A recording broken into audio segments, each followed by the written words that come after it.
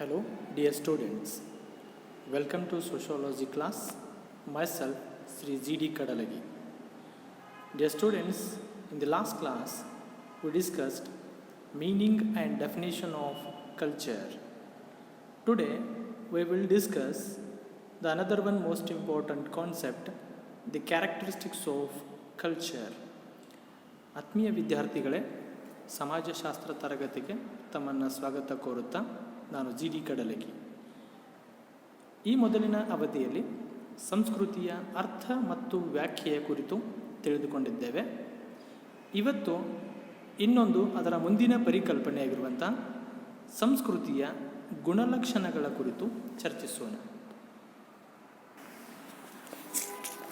First character is culture is learned. So here culture is not inborn quality, it is not inborn tendency. Here the cultural ways comes through learning. We call the learn ways of behaviors. It means here when a person live and involve in activity as a member of society, in the development of stage of his life, he day by day learn the cultural aspects. So it is an learned behavior. ಇಲ್ಲಿ ಸಂಸ್ಕೃತಿ ಅನ್ನುವಂಥದ್ದು ಕಲಿಕೆಯಾಗಿದೆ. ಸಂಸ್ಕೃತಿ ಜನ್ಮದತ್ತವಾಗಿ ಬಂದಿರುವಂಥ ಒಂದು ಅಂಶವಲ್ಲ. ಅದನ್ನು ನಾವು ಜನ್ಮದತ್ತವಾಗಿರುವಂಥ ಗುಣನು ಅಂತಲೂ ಕರೆಯೋದಿಲ್ಲ. ಇಲ್ಲಿ ಕಲಿಯುವುದರ ಮೂಲಕ ಒಂದು ಸಂಸ್ಕೃತಿಯನ್ನು ಅರಗಿಸಿಕೊಳ್ತಾನೆ. ಕಲಿತುಕೊಳ್ಳುವ ಮಾರ್ಗದ ಮೂಲಕ ಒಂದು ವರ್ತನೆಗಳನ್ನಾಗಿ ಪರಿವರ್ತಿಸಿಕೊಳ್ತಾನೆ. ಅಂದರೆ ಜೀವನದಲ್ಲಿ ವ್ಯಕ್ತಿ ತನ್ನ ಬೆಳವಣಿಗೆಯ ಹಂತದಲ್ಲಿ ಸಮಾಜದ ಸದಸ್ಯನಾಗಿದ್ದುಕೊಂಡು ದಿನನಿತ್ಯ ಜೀವನದಲ್ಲಿ ಹಲವಾರು ಸಂಗತಿಗಳನ್ನು ಕಲಿತುಕೊಳ್ತಾನೆ. ಸೊ ಕಲಿತುಕೊಂಡು ಅವುಗಳನ್ನೇ ತನ್ನ ವರ್ತನೆಗಳನ್ನಾಗಿ ಹೊಂದುತ್ತಾನೆ. ಹೀಗಾಗಿ ಇಲ್ಲಿ ಸಂಸ್ಕೃತಿ ಎನ್ನುವಂಥದ್ದು ಕಲಿಕೆಯ ಮೂಲಕ ಬಂದಿರುವಂಥ ಒಂದು ಸಂಗತಿಯಾಗದ ಹೊರತು ಜನ್ಮದತ್ತವಾದದ್ದಲ್ಲ ಅಂತ. And second character is culture is social. So here it is not the property of any individual. Culture is not the property of any individual. And the ways of culture or the aspects, they are not origin by an individual. They are the group inventions. The ways or practices are which followed in culture, they are origin in a group or by a society. So here the culture is a social heritage of man. Here when a group life express its practices or ways of life, they are the part of culture. So it means here culture is social. ಆತ್ಮೀಯ ವಿದ್ಯಾರ್ಥಿಗಳೇ, ಇಲ್ಲಿ ಸಂಸ್ಕೃತಿ ಅನ್ನುವಂಥದ್ದು ಸಾಮಾಜಿಕವಾದದ್ದು ಅಂತ. ಸಂಸ್ಕೃತಿ ಅನ್ನುವಂಥದ್ದು ಯಾವುದೇ ಒಬ್ಬ ವ್ಯಕ್ತಿಯ ಆಸ್ತಿಯಲ್ಲ, ಅಥವಾ ಸಂಸ್ಕೃತಿಯ ಯಾವ ಘಟಕಾಂಶಗಳು ಕೂಡ ಒಬ್ಬ ವ್ಯಕ್ತಿಯಿಂದ ಆಚರಣೆಗೆ ಬಂದಂಥವುಗಳಲ್ಲ. ಒಬ್ಬ ವ್ಯಕ್ತಿಯಲ್ಲಿರುವಂಥ ಆಚರಣೆಗಳು, ನಡತೆಗಳು ಸಂಸ್ಕೃತಿಯಾಗಲಾರವು. ಅವು ಒಂದು ಸಮೂಹದ ಮೂಲಕ, ಸಮುದಾಯ ಅಥವಾ ಸಮಾಜದ ಮೂಲಕ ಆಚರಣೆಗೆ ಬಂದಿರುವಂಥ ಸಂಗತಿಗಳಾಗಿರ್ತವೆ. ಸೊ ಅದಕ್ಕೆ ಒಂದು ಮಾನವನ ಸಾಮಾಜಿಕ ವಂಶದ ಮೂಲಕ ಅಥವಾ ಸಾಮಾಜಿಕ ತಲೆಮಾರುಗಳ ಮೂಲಕ ಇದು ಒಂದು ಸಮೂಹದ ಮಾರ್ಗಗಳು ರೂಪಿಸಲ್ಪಟ್ಟಿರುವಂಥದ್ದಾಗಿರ್ತದೆ. ಹಾಗಾಗಿ ಇದನ್ನು ಒಂದು ಸಮೂಹ ಸಾಮಾಜಿಕ ರೂಪದಲ್ಲಿ ಕಾಣ್ತೀವಿ ಹೊರತು ವ್ಯಕ್ತಿಗತವಾಗಿ ಅಲ್ಲ, ಅಥವಾ ಒಬ್ಬ ವ್ಯಕ್ತಿಯಿಂದ ಇದು ಸ್ಥಾಪಿಸಲ್ಪಟ್ಟಂಥದ್ದಲ್ಲ ಅಥವಾ ಅನುಸರಿಸಲ್ಪಟ್ಟಂಥದ್ದಲ್ಲ. ಇಡೀ ಸಮೂಹ, ಸಮುದಾಯ ಅಥವಾ ಸಮಾಜವೇ ಅದನ್ನು ಅನುಕರಿಸುವಂಥದ್ದಾಗಿರೋದ್ರಿಂದ ಇದನ್ನು ಸಾಮಾಜಿಕವಾದದ್ದು ಅಂತ ಕರಿತೀವಿ. And another one, culture is shared. So here, when culture is not the property of any one person or individual, when it is a social heritage, it means it is the property of whole group. It is a property of whole society. It belongs to the whole group or society. So it means all the cultural aspects are shared by the particular group members or particular members of the society. And here, customs, beliefs, ideas, folkways all are belong to the whole people of the group or members of the society. They always exchange, they always share, translate the customs, beliefs, ideas, folkways, practices, knowledge. So these all are shared in a particular group or in a particular society. ಸಂಸ್ಕೃತಿ ಅನ್ನುವಂಥದ್ದು ಇಲ್ಲಿ ಹಂಚಿಕೊಳ್ಳಲ್ಪಟ್ಟಿದ್ದು ಅಂತ. ನಾವು ಯಾವಾಗ ಸಂಸ್ಕೃತಿಯನ್ನು ಒಬ್ಬ ವ್ಯಕ್ತಿಯ ಆಸ್ತಿ ಅಲ್ಲ ಅಂತ ಗೊತ್ತಾಗ್ತದೆ, ಯಾವಾಗ ಅದು ಸಾಮಾಜಿಕ ಒಂದು ಸಮೂಹದ ಆಸ್ತಿ ಆಗ್ತದೆ, ಆವಾಗ ಅದು ಎಲ್ಲರಿಗೂ ಸಂಬಂಧಪಡ್ತದೆ. ಸಮೂಹದ ಅಥವಾ ಸಮಾಜದ ಪ್ರತಿಯೊಬ್ಬ ಸದಸ್ಯನಿಗೂ ಸಂಸ್ಕೃತಿ ಎನ್ನುವಂಥದ್ದು ಅನ್ವಯಿಸಲ್ಪಡ್ತದೆ. ಇಲ್ಲಿ ಸಂಪ್ರದಾಯ, ಪದ್ಧತಿ, ವಿಚಾರಗಳು, ನಂಬಿಕೆಗಳು, ಆಚರಣೆಗಳು ಇವೆಲ್ಲವುಗಳನ್ನು ಕೂಡ ಒಂದು ಸಮೂಹದ ಸದಸ್ಯರು ಸಮಾನವಾಗಿ ಹಂಚಿಕೊಳ್ತಾರೆ, ಪರಸ್ಪರ ವಿನಿಮಯ ಮಾಡಿಕೊಳ್ತಾರೆ. ವಿಚಾರ, ಭಾವನೆ, ಆಮೇಲೆ ಜ್ಞಾನ ಆಗಿರ್ಬೋದು, ಇವುಗಳು ಯಾವ ಒಬ್ಬ ವ್ಯಕ್ತಿಯ ಸ್ವತ್ತಲ್ಲ, ಅವು ಸಮೂಹ ಸಮಾಜದ್ದಾಗಿರೋದ್ರಿಂದ ಪರಸ್ಪರ ಒಂದು ತಲೆಮಾರಿನಿಂದ ಇನ್ನೊಂದು ತಲೆಮಾರಿಗೆ ವರ್ಗಾವಣೆಗೊಳ್ಳುತ್ತಾ, ಪರಸ್ಪರ ಹಂಚಿಕೊಳ್ಳುತ್ತಾ ಸಮುದಾಯದ ಜನ ಅಲ್ಲಿ ಸಾಂಸ್ಕೃತಿಕ ಅಂಶಗಳನ್ನು ಅನುಭವಿಸುವಂಥದ್ದನ್ನು ನಾವು ಕಾಣ್ತೀವಿ. ಹೀಗಾಗಿ ಸಂಸ್ಕೃತಿ ಅನ್ನುವಂಥದ್ದು ಹಂಚಿಕೊಳ್ಳಲ್ಪಟ್ಟದ್ದು ಅನ್ನೋದನ್ನು ಕಾಣ್ತೀವಿ. And another one, culture is continuous and integrated. So here, when the culture is a social property, when it is a social heritage, it means it is the link with the past and it translates to the next generation. It translates from one generation to another generation. Here, maybe the custom, folkways, ideas, feelings, and even knowledge, beliefs, values, they are translated or passed from one generation to another generation. So when they translate from one generation to another generation, it means that leads to continuity in the society. It helps to change the society. And here it had integration. It integrates the people, integrates the society, and it helps to changes in the group members as well as changes in the society. ಇಲ್ಲಿ ಸಂಸ್ಕೃತಿ ಅನ್ನುವಂಥದ್ದು ನಿರಂತರ ಮತ್ತು ಸಮಗ್ರವಾದದ್ದು ಅಂತ.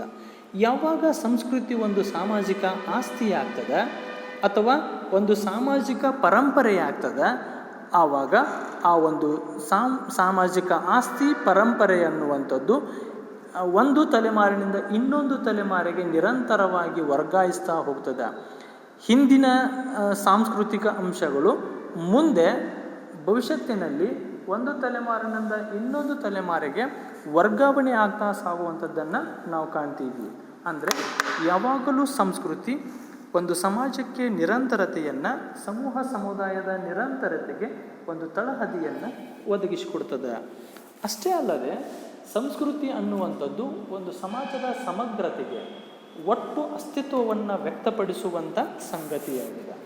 ಇದು ಒಂದು ಸಮೂಹ ಸಮಾಜವನ್ನು ಒಂದು ನಿರ್ದಿಷ್ಟವಾಗಿ ಗುರುತಿಸುವ ಅಥವಾ ಅದರ ಅಸ್ತಿತ್ವವನ್ನು ನಿರಂತರವಾಗಿ ಮುಂದುವರಿಸುವ, ಅದರಲ್ಲಿ ಪರಿವರ್ತನೆಗಳನ್ನು ತರುವ ಒಂದು ಪ್ರಮುಖ ಸಾಧನವಾದದ್ದನ್ನು ನಾವು ಕಾಣ್ತೀವಿ. Then culture is transmissive. Here all the societies are not uniform. So when all the societies are not uniform, it means there is a change in all aspects of culture, and it is translate and it is share from one generation to another generation. That time it is differ from time to time, and it is differ from place to place, as well as it is differ from one society to another society, because the culture is always transmissive, the culture is always continuous in different forms. So here almost all societies are different because there is a different culture. ಸಂಸ್ಕೃತಿ ಅನ್ನುವಂಥದ್ದು ಸಂರಚನಾತ್ಮಕವಾದದ್ದು ಅಂತ ಅಂದರೆ ಎಲ್ಲ ಸಮಾಜಗಳು ಏಕರೂಪವಾಗಿರದೆ ಅವು ಬೇರೆ ಬೇರೆಯಾಗಿರುವಂಥದ್ದನ್ನು ನಾವು ಕಾಣ್ತೀವಿ ಅಂತ. ಯಾಕೆ ಅಂತಂದರೆ ಸಾಂಸ್ಕೃತಿಕ ಘಟಕಾಂಶಗಳು ಒಂದು ಸಮಯದಿಂದ ಮತ್ತೊಂದು ಸಮಯಕ್ಕೆ, ಅಥವಾ ಒಂದು ಸ್ಥಳದಿಂದ ಮತ್ತೊಂದು ಸ್ಥಳಕ್ಕೆ, ಒಂದು ಸಮಾಜದಿಂದ ಮತ್ತೊಂದು ಸಮಾಜಕ್ಕೆ ವರ್ಗಾವಣೆಗೊಳ್ಳುವಂಥದ್ದನ್ನು ಅಥವಾ ಹಸ್ತಾಂತರವಾಗುವಂಥ ಸಂದರ್ಭದಲ್ಲಿ ಅವು ಸಂರಚನೆಗೆ ಒಳಪಡುವಂಥದ್ದನ್ನು, ಹೊಸ ಹೊಸ ರಚನೆಗಳನ್ನು ಪಡೆದುಕೊಳ್ಳುವಂಥದ್ದನ್ನು ನಾವು ಕಾಣ್ತೀವಿ. ಅದಕ್ಕೆ ಸಮಾಜಗಳು ಯಾಕೆ ವೈವಿಧ್ಯಮಯವಾಗಿದ್ದಾವ, ವಿಭಿನ್ನವಾಗಿದ್ದಾವೆ ಅಂತಂದರೆ ಅದಕ್ಕೆ ಸಂಸ್ಕೃತಿಯಲ್ಲಿರುವಂಥ ವಿಭಿನ್ನ ಸಂರಚನೆಗಳು ಸಮಾಜವನ್ನು ವಿಭಿನ್ನವಾಗಿ ಸಂರಚನೆಗೊಳ್ಳುವಂಥದ್ದನ್ನು ನಾವು ಕಾಣ್ತೀವಿ. And culture is relative. So here it is not a static phenomena. Culture is not a static phenomena. It is always a dynamic in entity. It changes society. It implies in culture. It means it is always a presence. It always continue, and it always dynamic in their nature. So culture is here relative. ಸಂಸ್ಕೃತಿ ಎನ್ನುವಂಥದ್ದು ಸಾಪೇಕ್ಷವಾದದ್ದು ಅಂತ. ಇಲ್ಲಿ ಸಂಸ್ಕೃತಿ ಯಾವಾಗಲೂ ಒಂದು ಸ್ಥಿರವಾದ ಸಂಗತಿಯಾಗಿರದೆ ಬದಲಾವಣೆಯ ಗುಣಗಳನ್ನು ಹೊಂದಿರುವುದರಿಂದ, ಪರಿವರ್ತನೆಯ ಅಂಶಗಳನ್ನು ಹೊಂದಿರುವುದರಿಂದ ಇದು ಸಮಾಜದಲ್ಲಿ ಬದಲಾವಣೆಗಳನ್ನು ತರ್ತದೆ. ಸಮಾಜದಲ್ಲಿ ಬದಲಾವಣೆಗಳನ್ನು ತರುವಂಥ ಕೆಲಸವನ್ನು ಸಂಸ್ಕೃತಿ ಮಾಡುವುದರಿಂದ ಅದು ಪ್ರಸ್ತುತ ಸಾಪೇಕ್ಷ ಸ್ವರೂಪದಲ್ಲಿರುವಂಥದ್ದನ್ನು ನಾವು ಕಾಣ್ತೀವಿ. And another one, culture is dynamic. Culture is dynamic. So we know that culture is pilot of every human activity. It acts as a pilot of every human activity. Here culture provides necessary environment for the satisfaction of human wants. When here human wants satisfied through different activities of human being, automatically the culture comes under lot of changes. When the society takes lot of changes in their structure and function because of culture. Here culture changes in almost all section. It reflect on society. ಸಂಸ್ಕೃತಿ ಪರಿವರ್ತನಾಶೀಲವಾದದ್ದು ಅಂತ. ಇಲ್ಲಿ ಪ್ರತಿಯೊಂದು ಮಾನವನ ಚಟುವಟಿಕೆಗಳ ಮಾರ್ಗದರ್ಶಕನಾಗಿ ಸಂಸ್ಕೃತಿ ಇರುವಂಥದ್ದನ್ನು ನಾವು ಕಾಣ್ತೀವಿ. ಆಮೇಲೆ ಮಾನವನ ಬಯಕೆಗಳ ಈಡೇರಿಕೆಗಾಗಿ ಒಂದು ಅವಶ್ಯಕ ಪರಿಸರವನ್ನು ಒದಗಿಸಿಕೊಡುವಂಥದ್ದೇ ಸಂಸ್ಕೃತಿ ಅಂತ. ಇದು ನಿರಂತರವಾಗಿ ಮಾನವನ ಅವಶ್ಯಕತೆಗಳು, ಬಯಕೆಗಳು ಬದಲಾದ ಹಾಗೆ ಅವುಗಳನ್ನು ಈಡೇರಿಸುವುದಕ್ಕಾಗಿ ಬೇರೆ ಬೇರೆ ರೂಪಗಳಲ್ಲಿ ಏರ್ಪಡ್ತದೆ ಅಂತ. ಸಮಾಜದ ರಚನೆ ಮತ್ತು ಕಾರ್ಯಗಳಲ್ಲಾಗಿರುವಂಥ ಬದಲಾವಣೆಗೆ ಸಾಂಸ್ಕೃತಿಕ ಅಂಶಗಳು ಪೂರಕವಾಗಿರುವಂಥದ್ದನ್ನು ನಾವು ಕಾಣ್ತೀವಿ ಅಂತ. ಹಾಗಾಗಿ ಸಂಸ್ಕೃತಿ ಯಾವಾಗಲೂ ಸ್ಥಿರವಾಗಿರದೆ ಅದು ಚಲನಶೀಲ ಪರಿವರ್ತನಾ ಗುಣಗಳನ್ನು ತನ್ನಲ್ಲಿ ಹೊಂದಿರ್ತದೆ. And another one character of culture is it is gratifying. Culture is gratifying. Here culture is always have a growing phenomena. It always growing in almost all the aspects of its nature. Here the beliefs, customs, knowledge, art, music, so these all are always growing day by day. In every society they always the people cultivating new ideas, new values, new customs, so new folkways. So they are always helpful to the changes of society and satisfying human wants. ಸಂಸ್ಕೃತಿ ಅನ್ನುವಂಥದ್ದು ಒಂದು ತೃಪ್ತಿದಾಯಕವಾದ ಸಂಗತಿ ಅಂತ ಕರಿತೀವಿ, ಅಥವಾ ಅದು ಅದರ ವಿಶಿಷ್ಟ ಗುಣ ಅಂತ.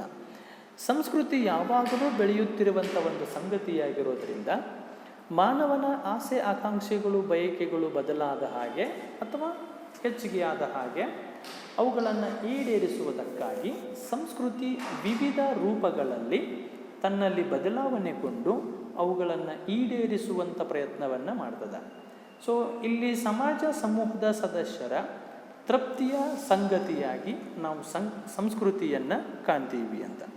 ಅದು ನಿರಂತರ ತನ್ನಲ್ಲಿ ಪರಿವರ್ತನೆಗಳನ್ನು ಬೆಳವಣಿಗೆಯನ್ನು ಹೊಂದೋದಕ್ಕೆ ಮೂಲ ಕಾರಣನೇ ಅದರಲ್ಲಿರುವ ಏರ್ಪಡುವಂಥ ಬದಲಾವಣೆಗಳು. ಅದಕ್ಕೆ ತೃಪ್ತಿದಾಯಕವಾಗಿರುವಂಥ ಒಂದು ಗುಣವನ್ನು ನಾವು ಸಂಸ್ಕೃತಿಯಲ್ಲಿ ಕಾಣ್ತೀವಿ.